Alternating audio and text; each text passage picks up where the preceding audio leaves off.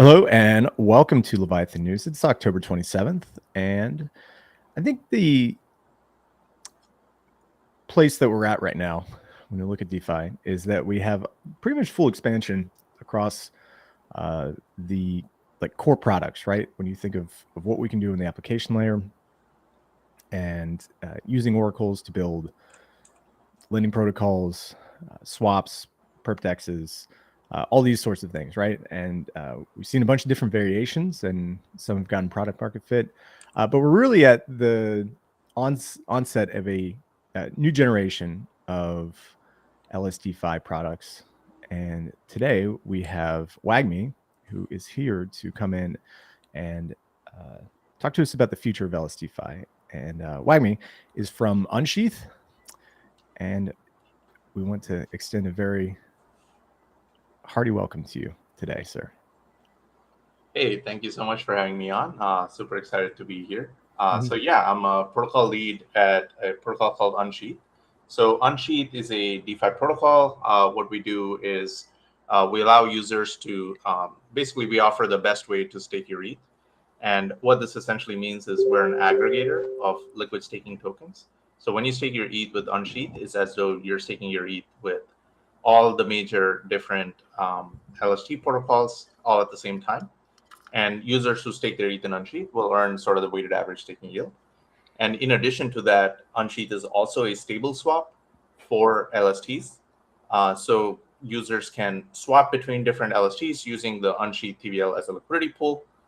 And users who simply stake their ETH with Unsheth not only earn ETH staking yield, but also the swap fees as well as other deposit and redemption fees associated with the Unsheth operations. So essentially, historically, Unsheth has beaten the ETH staking yield by 1 to 5%.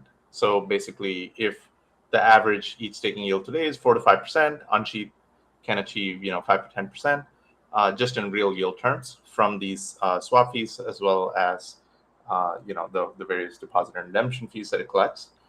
Um, yeah, and other than that, Unsheth is omnichain, so we're now live on Ethereum, BNB chain, and Arbitrum, and soon we're going to be expanding to OP, Base, and Tenet. So essentially, the idea here is we help LST protocols who come into Unsheth grow their TVL, their liquidity, and bring them to millions of users on L2s. So that's sort of the idea behind Unsheth. What bridge do you use, by the way? Sorry.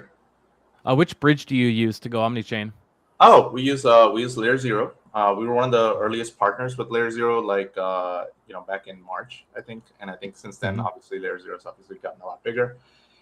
Just recently, like a couple of days ago, Layerzero announced opening a bridge for Wrap Stake ETH, which is Lido's LST, Highly onto controversial. BNB chain, which is interesting because we were on BNB chain, like 6 months ago almost.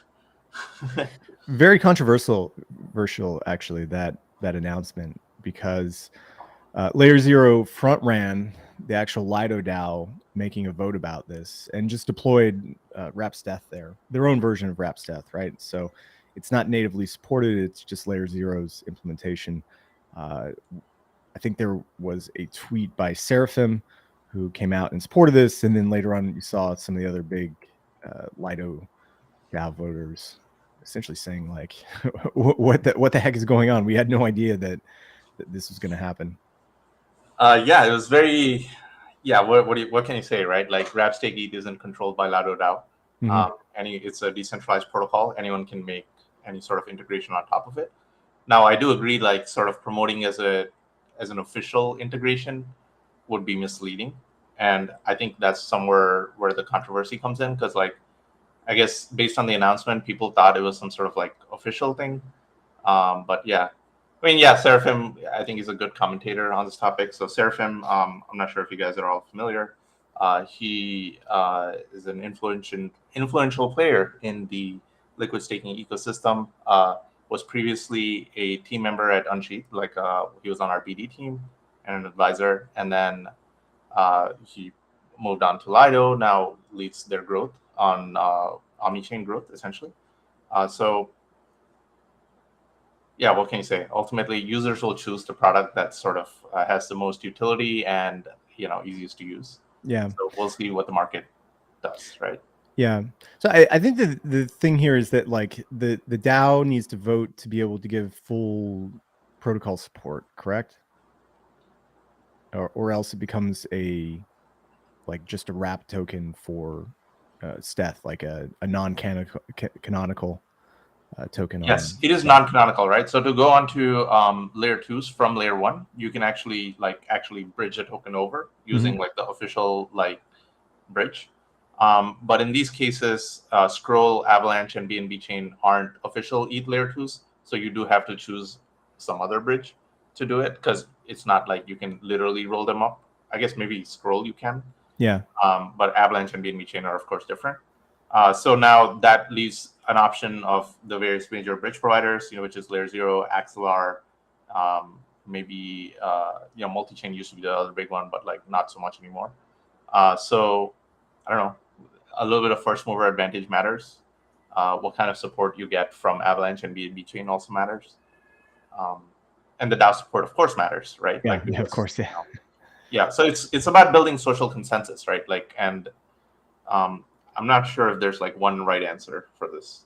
Yeah, and we'll move on from the Steth thing, because obviously it's a bigger topic. I know Steth has had questions about expanding to Arbitrum, which they've not had a native vote for. And yeah, so the Lido issues are always going to be of question, but we're here to talk about diversified LSDs today. And so I guess like the Unsheath, I almost see as a evolution of some of these older like swap facilities that we saw back in like right after like Yearn came out, right? We had like Snow Swap, which was taking like all the Y tokens, so like YUSD, YUSDT, and then putting it into an LP that they would put some extra incentives on, and you could like swap between. This didn't really work out because I think the stables are a little bit harder to navigate, but it does have a place in LSDs, right? Because with the LSDs, it's a much bigger market, and two, people want to remain staked and they're not looking to get their funds back at a later time. So like what have you guys learned through the development of this like cross asset swap system, and then taking it omnichain as well too? Yeah, so a couple of interesting points there. So first, you mentioned SnowSwap as one of the earliest sort of using yield-bearing tokens and doing stable swap with them. That's a pretty interesting concept. They were one of the first ones to pioneer this, and then soon Curve, which is the leader in stable swaps, added support for yield-bearing tokens, thus making SnowSwap irrelevant. And sort of, Curve essentially took that code base and like incorporated it in there. So that's just a little bit of history there. So as far as what we built at Unsheath in terms of being able to swap between different LSTs, we considered a couple of things. So first, Curve and I guess Balancer is the other like multi-asset AMM, suffer from one major issue with regards to having a diversified LP basket, which is that at all times, the basket is only as good as the riskiest asset in the basket. Mm-hmm. So if you guys remember back with like Terra Luna, right? So like you had US Terra paired with DAI and the 3 pool on Curve. And when and there was like almost a $2 billion Curve pool. And when Terra went to zero, the whole thing went to zero, right?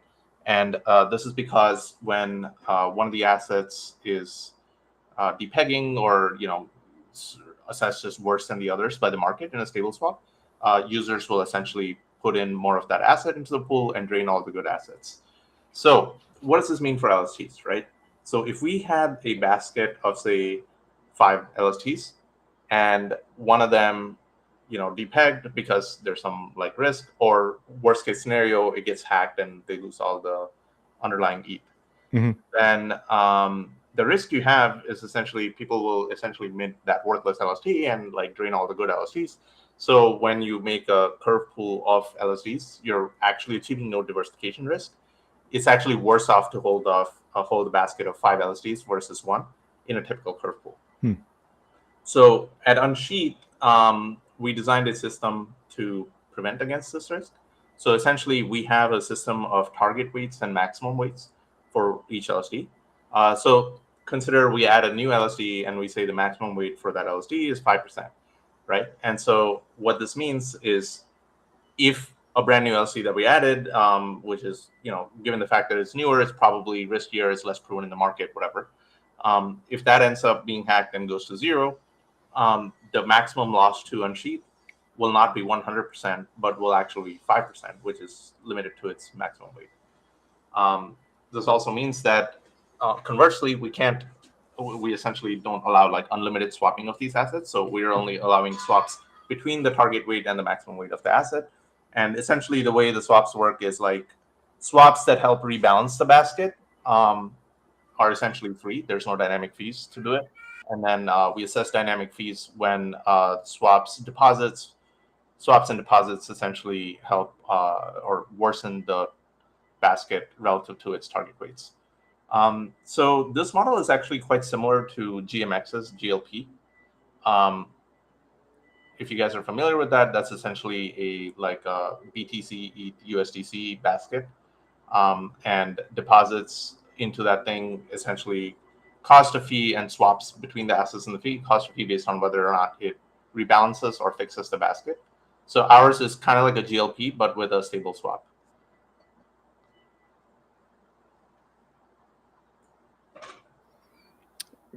Yeah.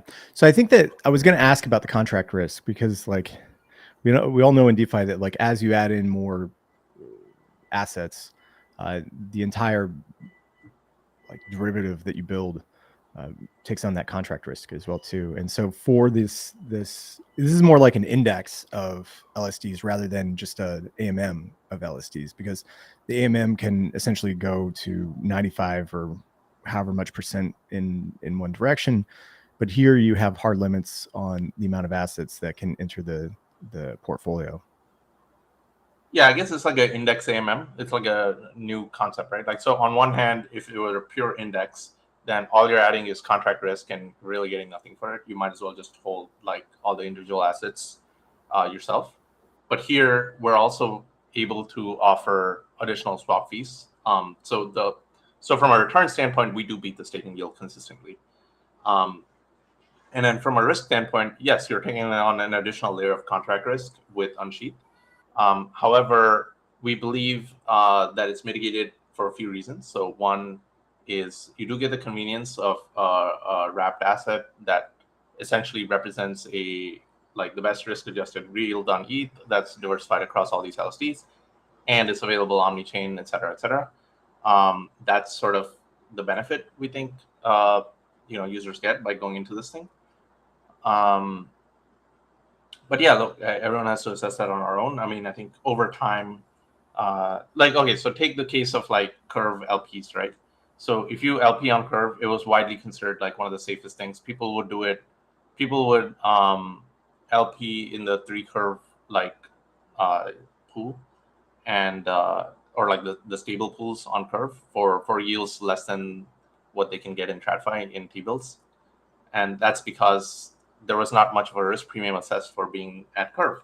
And that's because it went 3 years with no issues. Now, earlier this year, even Curve had an issue. And then, thankfully, not much was compromised, but things can happen in DeFi. And I think over time, you just sort of have to smooth out the various risks. Everything DeFi has a risk premium.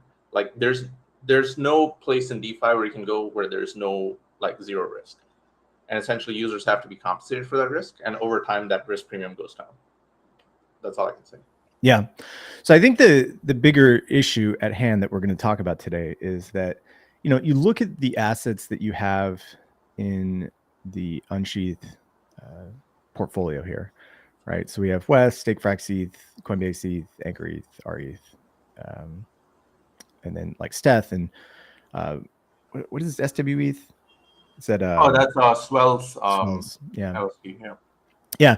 So all of these LSDs are kind of vanilla, right? They all kind of do the same thing. They all have oracles that are broadcasting their price on the that can be used for smart contract build out. But we're really entering into I hate to use the word paradigm, like a new paradigm, where the introduction of EigenLayer and all these other restaking platforms are going to add in all these incredible new slashing conditions and abilities to generate yield.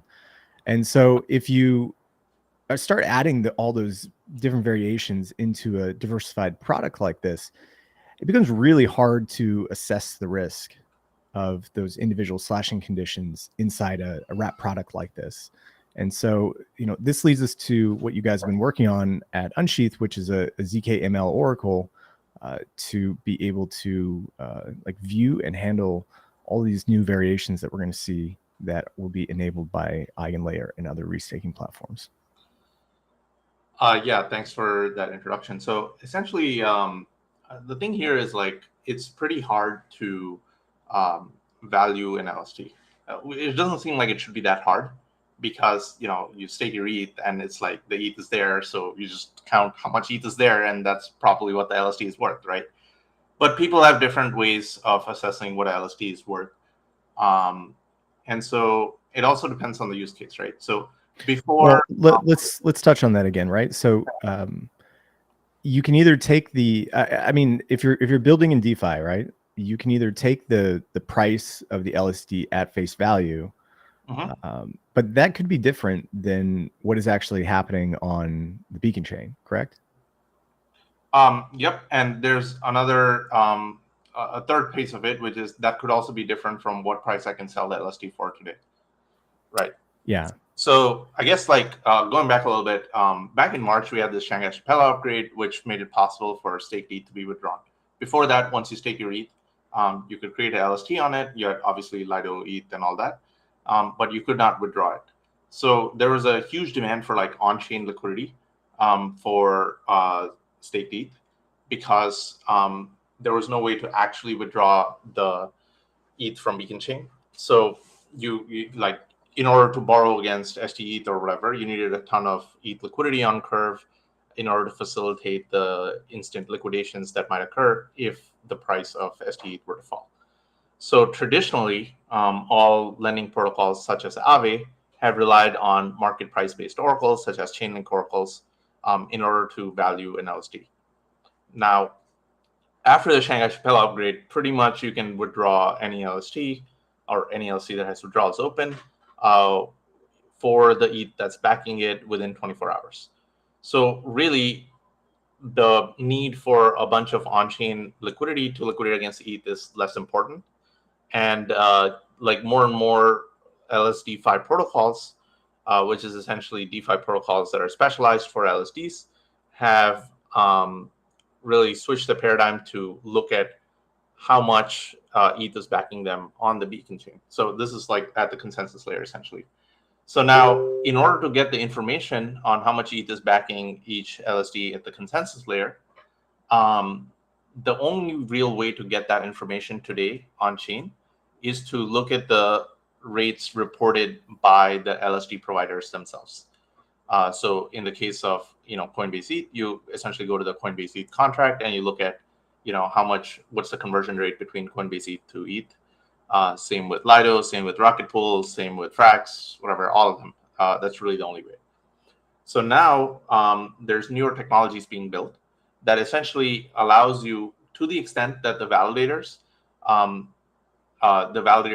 keys are public. Basically, essentially, if you know the public keys of the validators that are essentially staking the ETH, then you can go ahead and independently count the ETH that's backing each LSD, and then in a decentralized and trustless way, and report that information back onto mainnet.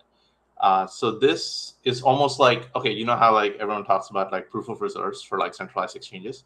This is basically proof of reserves for LSDs, and we can do this now. Anyway, so this is it's not quite ZkML. It's a lot of buzzwords, but yeah, no. So it's we have these thing called ZK oracles that we built at Unsheth, along with our partners at Succinct Labs. So Succinct Labs is a ZK startup that essentially, what do they do? Yeah, so they run this light client that essentially is able to look at all the data on the consensus layer and bridge it across to mainnet or Arbitrum or any other chain. So essentially, you can get the value, a decentralized trustless Oracle value of how much ETH is backing each LSD, and report that onto any chain. So that's really the tech that's been being built. It's actually quite expensive to run this, apparently. I guess because like ZK computing is expensive. And so we've been working with them on like how to reduce the cost. And partly that involves like, maybe not measuring it like every single minute, but like, once a day, once a week, and comparing it to big differences against like the rates reported by the LSD protocols. So if you use it sort of as a backstop rather than like sort of a primary source, then it becomes like a lot more cost efficient while still achieving the decentralization benefits. Yeah. So let's like run back to my introduction again. So you have this ability to look at the consensus layer and understand exactly how much ETH every single validator inside an LSD has, right? And in the future, these are going to be liquid restaking tokens as well too. So it's really simple at the LSD level and not the liquid restaking level, because LSDs have a shared slashing condition across the entire product. Like if you look at Seth, you look at FraxETH or RETH, they all have similar slashing conditions that are socialized across the entire breadth of validators. But when you get to liquid restaking, now you're adding in like all these new slashing conditions. We could, for all the eigen apps or pods or whatever they're calling, all these restaked apps that sit on top, add in all this new complexity and risk that has to be computed somehow, and then used to spit out scores for that can be used for DeFi products, right? Because if you're a lending contract and you're saying, hey, there's somebody here with 100 ETH and they have XYZ exposure to these eigenpods, like how do we risk score that, right? Like what are the slashing conditions here, and how much should we be able to lend to these people based on the exact amount of ETH that we can see on the consensus layer, in addition to the slashing conditions that we see on their restaking? Yeah, so it's a good question. So I think there's two aspects to it. One is, can we accurately value what the LSD is at a point in time, which is essentially the question of how much ETH is there basically that's available to be withdrawn. Maybe not today, but like in a reasonable period of time. Right, because the assumption is that like if we need to eject this validator, we need to know like how much ETH we're going to get back, right? Because if we do eject it, we know we're always going to get that ETH if we're going to do withdrawal. Even if the price is different, even if the price of the LSD is different on the application layer, like if the price is off in curve, we know that we can withdraw that and get the ETH back down to whatever the exact amount of ETH that we see in the consensus layer, even though the price may be different on the application layer. Yep. And then the second aspect of it is, what is the risk that the ETH that you see today will not be there tomorrow? Yeah. Because of slashing, because of hacks, or whatever security risk, because you're ultimately using this risk ETH to go secure some new network with some degree of slashing risk. And so, to answer that, I think it's a little bit of a different question to answer the question of knowing what I see today, what's the chance it goes away tomorrow? And that has to be assessed almost on an individual basis at the eigenpod or whatever application, like based on whatever AVR or whatever like they end up securing. Because from my understanding, there's different rules on the slashing depending on each restaking application. Some restaking applications, you'll be able to restake with no slashing conditions. Other restaking applications, you will obviously get higher rewards from the applications you're restaking for, but it also comes with greater slashing risk. And so it almost has to be assessed on an individual basis. From my understanding, there's a couple of protocols that are trying to assess this risk. So Ion protocol is one of them. Their LSDfi lending protocol, where they're essentially creating these risk scores for liquid restaking tokens.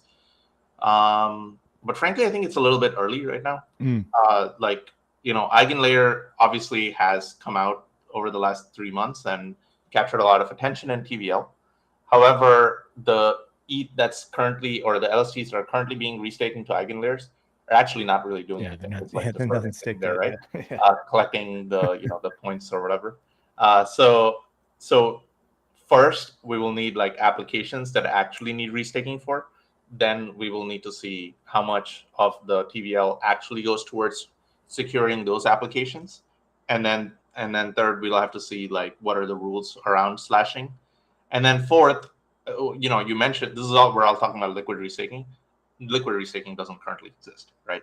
So you would need eigenlayer to open up deposits, and then those deposits would need to be wrapped in a liquid token, and then eigenlayer would need to make those liquid restaking deposits eligible for their points, rewards, whatever. Otherwise, that's another area of concern. So I think we're like 3 to 6 months out away from having to worry about this. And while it's important, so the thing we should do now is figure out how to get the point in time how much ETH is backing it right now, and that's what we've been working on. The thing of like how the risk scoring of that thing will work, I don't think you can do much there until like 3 to 6 months from now. Interesting point. Because we have to see how these slashing conditions operate in the wild, right? I mean, it's hard to make risk scoring when you have no historical data about the risk, right? I mean, there's also the risk of like now you're putting it into like two other smart contracts, and like you have to assess that as well. So like there's a liquid wrapper contract, there's the actual eigenlayer contract itself, and then there's the delegation of that stake to a particular application. So there's like another 3 layers of smart contract risk that's not even having to do with restaking risk. Anyway, so for Unsheth, what we've thought is like we would love to include these liquid restaking tokens, but only to the extent that they come with a higher reward than the native staking yield.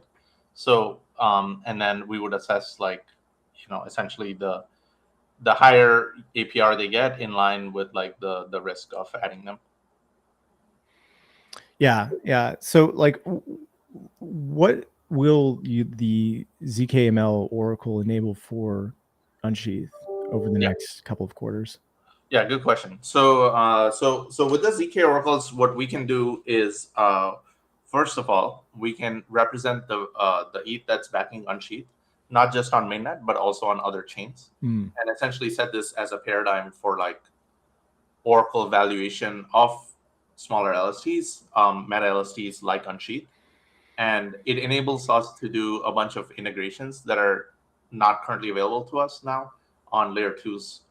So like there's this Alchemix fork on Arbitrum that's waiting to integrate Unsheth, and what they would like to know is how much ETH is backing Unsheth. They don't really care about the market rate given the way the protocol works, but right now it's not really possible to get that value across to Arbitrum because it's only reported on mainnet. We'll have to figure out a bridge solution, but rather than do that, we can just have these decentralized trustless ZK oracles reading directly from the consensus layer and pushing it onto Arbitrum, so we don't even need it like to go from mainnet first. So that's like one application. The other application is so in collaboration with Succinct Labs, we're also, or rather I am helping advise the growth of a new LSDfi protocol called Unstable Protocol. And this protocol is essentially going to use these ZK oracles and accept a wide range of LSTs and Unsheth as collateral, and be able to basically mint a stablecoin against all this. So it'll be the first of its kind LSDfi protocol, or lending protocol rather, that's able to accept basically any LST as collateral as long as they have withdrawals live, which has been a challenge, right? Like, so like when you start a new LSDfi protocol, it's just got a little robot there. It's but they put out a blog post just a couple days ago around the ZK Oracle, so you could maybe pull that up. Sure. It's pretty cool.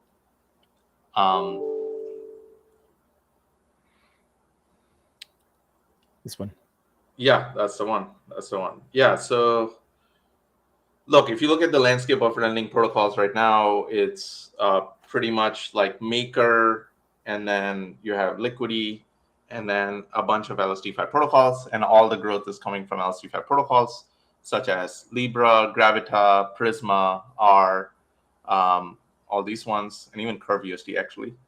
But really, like, to capture the growth in LSDfi, I think, like, the fastest growing collateral type in DeFi is stake ETH. And so really what you want to do is design a lending protocol that's customized to LSDs. So typically you might only look at, on-chain liquidity to determine what is the, basically how much to have as a collateral flat for an LSD or for an asset.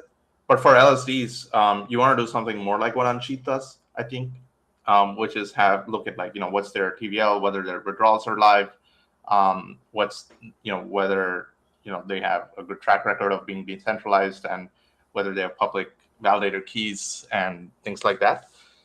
In addition to, like, valuing them on the basis of how much ETH is backing them. So, like, this LSD specific approach, I think, like, creates a lot of opportunity, and Unsheth is collaborating with them, so we will be able to be supported as a collateral type from day one. So really the goal of developing these ZK oracles is to promote the usage of this new type of oracle and get ourselves integrated into all these lending protocols.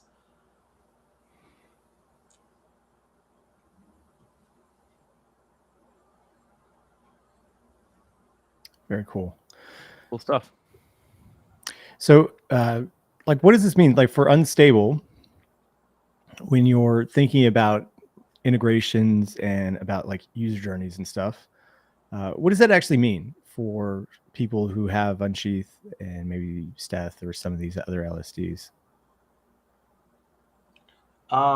Yeah, I guess, like, if I'm a user who has ETH, let's say, my answer to what's the best way to earn the most utility and best risk-adjusted yield from your ETH would be go deposit it in Unsheth first. So you're first earning the staking yield and beating it in a diversified manner.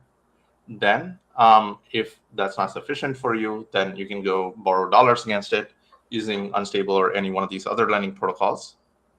And then once you have dollars against it, you can go, like, farm it or do whatever other DeFi utility that offers that's consistent with, like, your risk tolerance.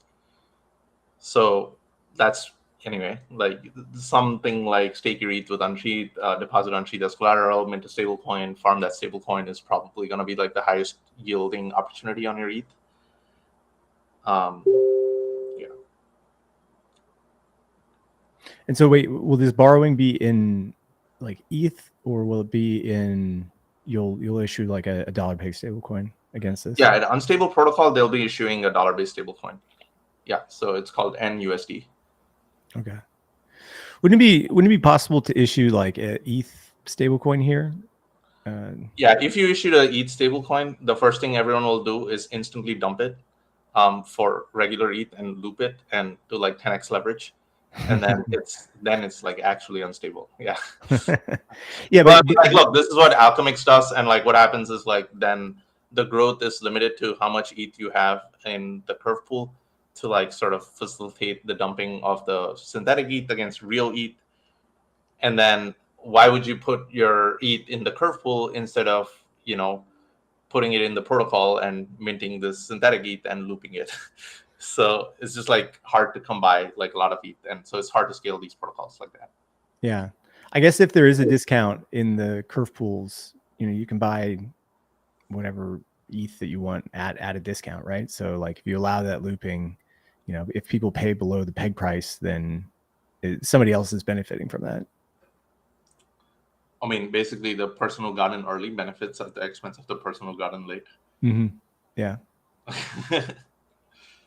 So yeah, the way these protocols work, the ones you're describing, the, like, looping protocols, and of course there have been, like, hundreds of these, right? So it's just, like, the way it goes is, like, you sort of throw a bunch of incentives and, like, take your, like, VC money or, like, pre-sale money and put it in the curve pool. A bunch of people, like, mint the synthetic thing and loop it. Your friends and family do that, make money, and then eventually they all get liquidated or resolved, or depending on the the mechanics of your protocol. The protocol earns a bunch of fees on that thing, and then you run it back. Like that's sort of the way it goes. But it doesn't really scale beyond like tens of millions. Is Unsheath going to be coming to Curve? Like I know you guys probably have there's a Curve pool, but will it be used as collateral for CRV-USD at some point? It might be. I mean, like all these LSDfi protocols can, of course, accept Unsheath as collateral. But oftentimes they start with the largest LSDs for two reasons. One is from a security standpoint, it's definitely like easier to support a Lido than it is to support an Unsheath or like even a Swell ETH or something like that. And then secondly, it's just that there's the whole Oracle issue, right? It's a lot easier to support a collateral type with a Chainlink Oracle already. And that's why like we're working to change the paradigm of that thing with these ZK oracles.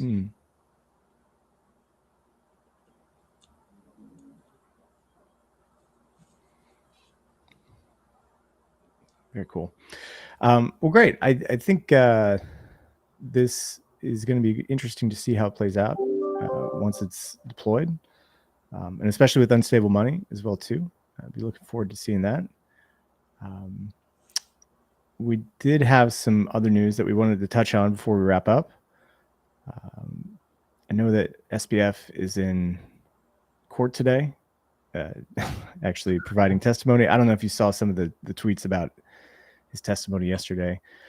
Apparently, the judge wanted to see what he was going to say, and so they ordered the jury out yesterday, and he sat in a courtroom with just the judge and his lawyers and the prosecutors, and they walked through the proposed testimony by the prosecutors, and it wasn't good, to say the least. I know that Sam pretty much incriminated himself by saying that. Let me see if I can find this quote. How is this legal? That like isn't an American court with a jury and all that stuff? How come that all of a sudden that they pause it?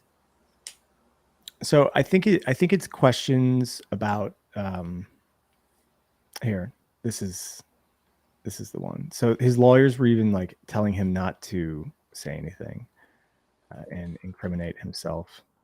I've got the tweet. I've got the screenshot of the tweet right here. So, did you believe you should not embezzle customer assets? Objection. The judge sustained it. So he didn't actually have to answer this question. And then SBF says, no, I did not believe I should do that. And then his lawyer says, you don't have to answer after sustained. Haven't you been here for 4 weeks? SBF said, I felt like I had to answer it. Oh, it's too funny. Yeah. So typically, I think SBF's, the only reason that I can see SBF taking the stand is that he knows that he's screwed and that he's hoping to speak to influence the jury to try to get a lighter sentence. Is the only thing that I can see here. Well, yeah, you can let her out, right? What was that? Wagmi, I didn't hear you. Oh, sorry about that. Oh yeah, so they did send the jury out, and the reason for that is that they just wanted to be sure that there. I was reading about this morning. None of us here are lawyers, but apparently this is a thing for. Oh wait, we have ADH cap. Welcome, ADH cap. ADHD cap. How you doing? We can't hear him yet. Come on in a second. But apparently there was some issues with the my dog's scratching the door. Apparently some issues with the jury being there, and so they sent them away for the day just so they could hear the testimony, see what was allowed for SBF to say when the testimony occurs, and then they bring them back today. So the jury should be in the courtroom today for him to speak again about these issues.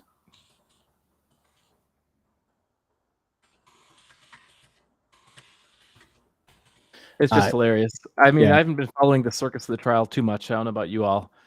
There's just so much going on. It's like background noise, but doesn't look good, does it? No, of course not. I don't think so. Somebody's opening the door there. We also had some other news about Bored Ape Yacht Club.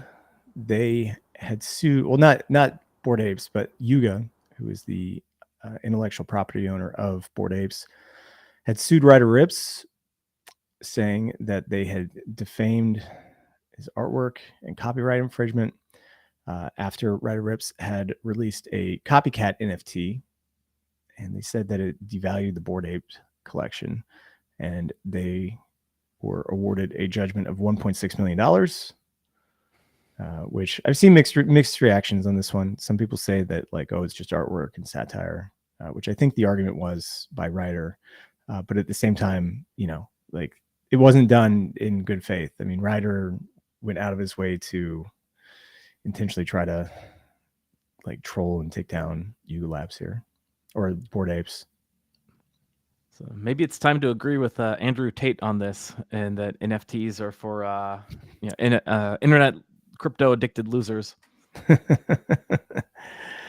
Yeah, it is. Not llamas, man. Wait, did you see the Andrew Tate video? Him talking about NFTs? I heard tell of it. I haven't seen it. I don't really watch a lot of Andrew Tate, to be honest. Yeah, I mean, really, it's just like, why do you think that I would be so stupid to buy a picture of a monkey? He's like, I'm already successful. What do I need to, like, prove it on the internet for? Anyways, it's beside the point. What do you think about these, like, copyright lawsuits? Because, you know, it's I don't know. Let's move on. I don't particularly like this story either. We had several, like, jailcast things that have happened. We talk about more jailcasts. I want to bring up this letter that was sent yesterday by Senator Loomis to the Justice Department, essentially, like, calling for prosecution of Tether. And it's just a very, like, strange path to go down, because if you have people who are essentially calling for prosecution of Tether, other stablecoins like Circle, like Paxos, have the same business model. And so if Tether is going to be prosecuted, then why won't these other ones either? And it really comes down to, like, selective enforcement at the Justice Department level, and I guess protecting American interest and shutting down overseas operators of currency issuance. And so we have Gabriel Shapiro, who said that Circle has a nearly identical business model to Tether. And so, like, why only attack Tether? And he says that, yeah. I just, like, I mean, every time we see these politicians who are, like, theoretically supportive of crypto, I'm never willing to trust that 100%, because Cynthia Lummis is, supposed to be, like, Mrs. Bitcoin. But I don't feel like, it's in any of our interest to ever trust any of these politicians farther than we can throw them. I mean, they're pursuing the most optimal path for a United States empire, right? That's trying to retain control of its currency. Perhaps they're pursuing headlines. No, I don't think so. I think that, like, I think that it goes both ways too. The WSJ article from yesterday got widely, like, debunked, and yet it's being used by like a lot of politicians to support, like, further crackdowns. Was it, like, I understand What's that article? It was the one that we talked about, Elliptic. Elliptic, and they essentially said they didn't have enough information. I think the questions in mine about the transfers, I think there was something like Napgener, our favorite bear poster, posted up something yesterday about the transactions. And here we go. Let me share this on the screen. He's got like 56 million USDT, and Top Addy received 28 million. And so these are the ones claimed about like Hamas linked wallets, USDT inflows. But this is just like inflows, right? I mean, you could have like $100 going back and forth, but here you can see the inflows. But the inflows stopped back in the beginning of March. But again, like this is just money being sent back and forth. It doesn't actually like show the actual values, right? Because like if I send you $1,000 1,000 times and we send it back and forth to each other, doesn't mean that we've transacted $10 million, right? It's just $1,000 being passed back and forth. And it strikes me as like just sloppy reporting on behalf of the Wall Street Journal. Yeah. And it's being used to push a narrative. So like it's like the opponents of crypto like don't really care like about whether the article's true or not. Like it's a useful cudgel to push an agenda, and the agenda will get pushed before the retraction comes. So it's I'm not sure if it's sloppy reporting. I think it's just, it feels early, right? I think we'll find more as time goes on. I know that Nick Carter put out a like quest for people to do. They can earn up to $500 for doing some on-chain sleuthing. So we'll see how that turns out. But I'm gonna hold any judgment on this for now. Garrett, I did want to ask you about something that you reported for CurveCap. Do you want to talk about this Paladin vote? It's not a vote, but Paladin has been working on their V2 for some time.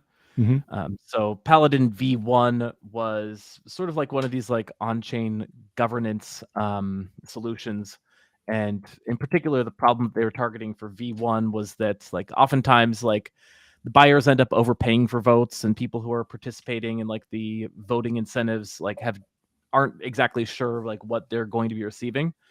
So they introduced the Quest V1 like a year ago, which allowed them to basically like fix that. So it gave a lot more predictability to both the quest givers, as they call them, and the people participating in the quests. So this is like a pretty cool solution. They've had like about $5 million worth of like incentives flowing through Quest to Curve and other governance platforms. But V2 they've been working on for some time, which adds this kind of concept that they have of what they call was it quadratic incentives or like dynamic incentives? I forget what the exact term is. See if I can find that. Range quests and geometric bribing. So it basically lets them kind of shape liquidity rewards within specific bounds, depending on the specific outcomes of it, but within like fixed parameters. So from their conversations with people who have been issuing these quests, they say that that's what most people have been really excited about with regards to this kind of concept of range governance and how to like issue these quests. So it's pretty interesting stuff. I'm sure if we'd like to get Figue on to talk about it, I'm sure that he'd be more than willing to join next week. Yeah, just want to quickly say, Unsheth was a user of Paladin V1, and we did these quests for incentivizing our balance or liquidity pools. So it is like quite an interesting feature set that they've released now with their V2. There's pretty interesting innovation in the space. Figway is also like ridiculously smart and built leads this thing. So I would definitely highly recommend having him on. I think he's very informational on this topic. Yeah, he's one of those people you talk to. He's way up there in terms of brains. Very cool. Well, I think we are at the top of the hour. So Wagmi, I want to say thank you for coming on today.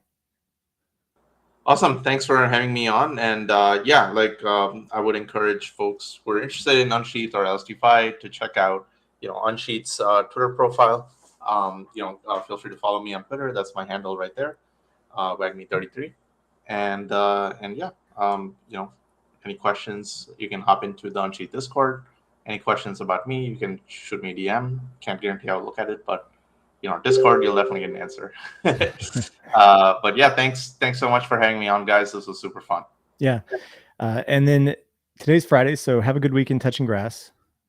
We will be back on Monday. We have Mohammed Yusuf, who is a venture intern at Delphi. that is going to be coming and talking about dark pools. So I think this is going to be a really cool conversation to understand more about how some of the privacy aspects are being integrated into Ethereum, so that large actors can essentially trade safer and trade in private as well too. So we're going to have him on. He wrote an extensive article, and we're going to go over that on Monday. I think it'll be a really nice conversation. And then also next week, we have a really nice lineup of guests. On Wednesday, we have Jack Melnick from Polygon who's coming on. On Thursday, oh, and Jack has some like super exclusive information to drop on Leviathan News. They're going to be making an announcement here. So make sure not to miss that. On Thursday, we have Fault Proof Ben, who's going to come and talk about the Arbitrum gaming scene. And then on Friday, fresh off of Breakpoint, Solana Breakpoint, we have the Rider team. We have Louis from Rider, who's going to come and give us a product demo of their brand new hardware wallet that they're going to market with. So very excited for all that next week. Make sure to tune in every day at 10 a.m. Eastern, 2 p.m. for you Europores.